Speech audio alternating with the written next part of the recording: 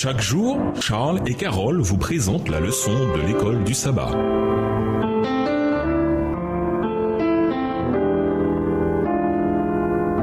Bienvenue à votre émission. Dieu nous parle. Nous voilà à la leçon de dimanche, notre condition en Christ, Galates 3, les versets 26 à 29.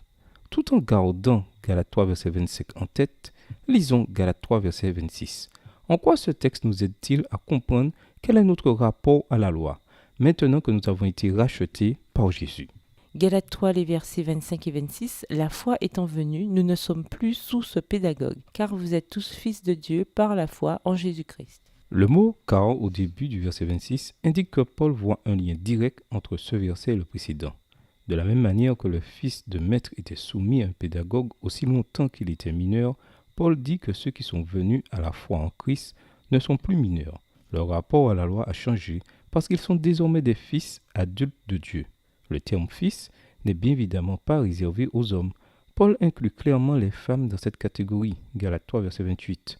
La raison pour laquelle il emploie le terme « fils » au lieu d'enfant, c'est qu'il pense à l'héritage familial qui revenait à la descendance mâle, en plus du fait que l'expression « fils de Dieu » était l'appellation spéciale d'Israël dans l'Ancien Testament, Deutéronome 14, verset 1, Osée 11, verset 1. En Christ, les païens bénéficient désormais eux aussi de la relation spéciale avec Dieu qui auparavant était exclusive à Israël. Qu'est-ce qui fait que le baptême est un événement aussi important? Lisons Galates 3, les versets 27 et 28, Romains 6, les versets 1 à 11 et 1 Pierre 3, le verset 21. Galates 3, les versets 27 et 28.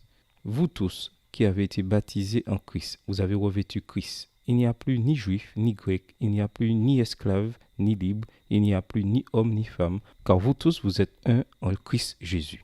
Romains 6, les versets 1 à 11. Que dirons-nous donc?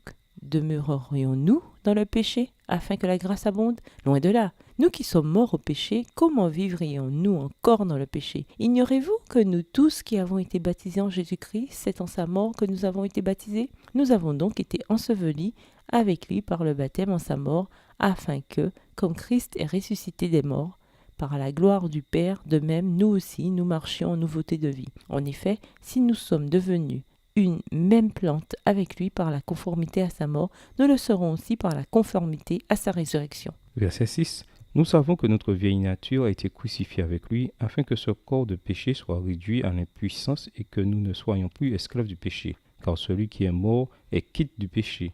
Or, si nous sommes morts avec Christ, nous croyons que nous vivrons aussi avec lui. Sachant que Christ ressuscité d'entre les morts ne meurt plus, la mort ne domine plus sur lui. Car il est mort et c'est pour le péché qu'il est mort, une fois pour toutes. Et maintenant qu'il vit, il vit pour Dieu. Ainsi vous-même, considérez-vous comme mort au péché et comme vivant pour Dieu en Christ Jésus.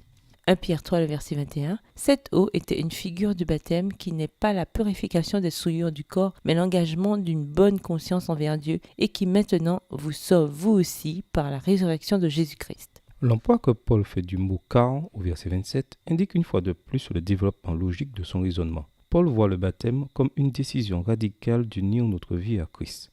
Dans Romains 6, il décrit le baptême comme une union symbolique avec Jésus, aussi bien dans sa mort que dans sa résurrection. Dans Galates, Paul emploie une métaphore différente. Le baptême, c'est se revêtir de Christ. La terminologie de Paul rappelle de merveilleux passages de l'Ancien Testament qui parlent d'être revêtu de justice et de salut.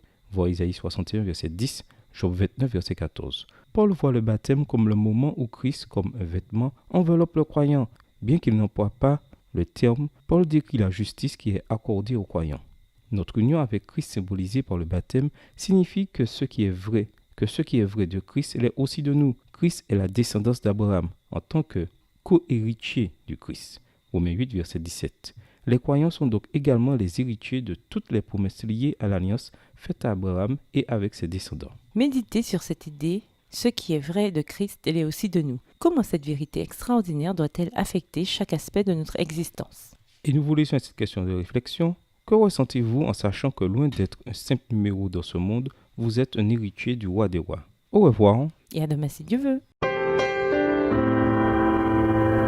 Dieu nous parle. Chaque jour, Charles et Carole vous présentent la leçon de l'école du sabbat.